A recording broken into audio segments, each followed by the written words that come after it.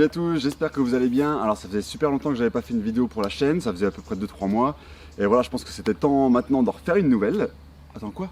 T'es en train de tailler ma tenue short bot là? T'aimes pas ça? Ah quand même, t'abuses. Bon, petite blague passée. Le sujet de la vidéo aujourd'hui, ça va être la bouture de framboisier. Parce que là c'est le moment de les faire. Et donc voilà, je vais vous expliquer un petit peu tout le processus. Allez, suivez-moi.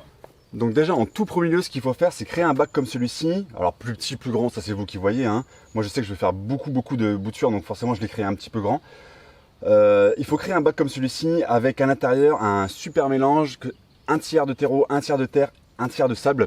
Alors pourquoi ce mélange-là? Il faut un tiers de sable pour que ça garde bien l'humidité, un tiers de terreau pour que ce soit vraiment très nutritif pour les jeunes plants, et un tiers de terre en fait parce qu'il faut avoir une structure du sol.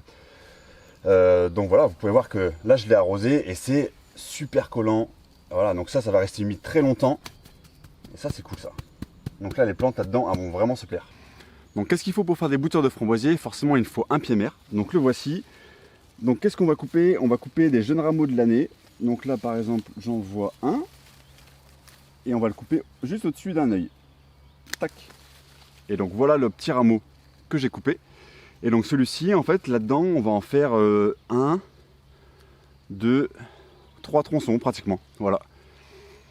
Donc là maintenant, ce que vous faites, c'est que vous coupez tous vos rameaux et on va les amener un peu plus loin. Donc ensuite, ce qu'il vous faut préparer, c'est une autre bouture comme celle-ci. Alors moi, c'est quelque chose que j'ai acheté dans le commerce et en fait, on mélange avec de l'eau. Donc personnellement, c'est pas forcément ce que je préfère car c'est pas forcément très naturel, même si c'est utilisable en agriculture biologique. Mais par contre, si vous avez des saules à côté de chez vous, vous pouvez créer vous-même votre eau de bouturage car c'est naturellement un booster pour les boutures. Donc clairement, si vous en avez à côté de chez vous, il faut foncer. Et donc une fois qu'on est prêt, on prend un rameau. Voilà, donc on laisse deux yeux. 1, 2, on coupe juste au-dessus. Clac. Et donc là, on a une bouture qui est prête. Donc il faut juste couper les petits bouts de feuilles comme ça. Pourquoi? Pour éviter trop d'évapotranspiration. Sinon, en fait, la plante va s'affaiblir et elle va pas créer de racines. Et nous, ce qu'on veut, c'est qu'elle crée des racines. Donc, on trempe un petit peu dans l'eau de bouture et on plante. Et voilà.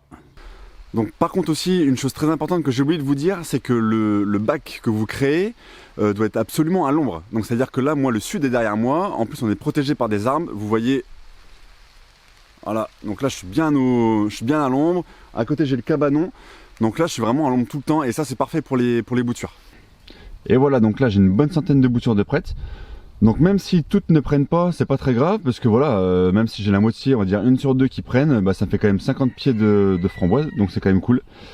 Donc là le truc à faire quand même, il n'y a pas beaucoup d'entretien mais il faut toujours maintenir ça, le sol là, au frais et humide. Voilà. Donc c'est pour ça qu'on le laisse à l'ombre et c'est pour ça qu'on doit arroser aller tous les jours ou tous les 2 jours.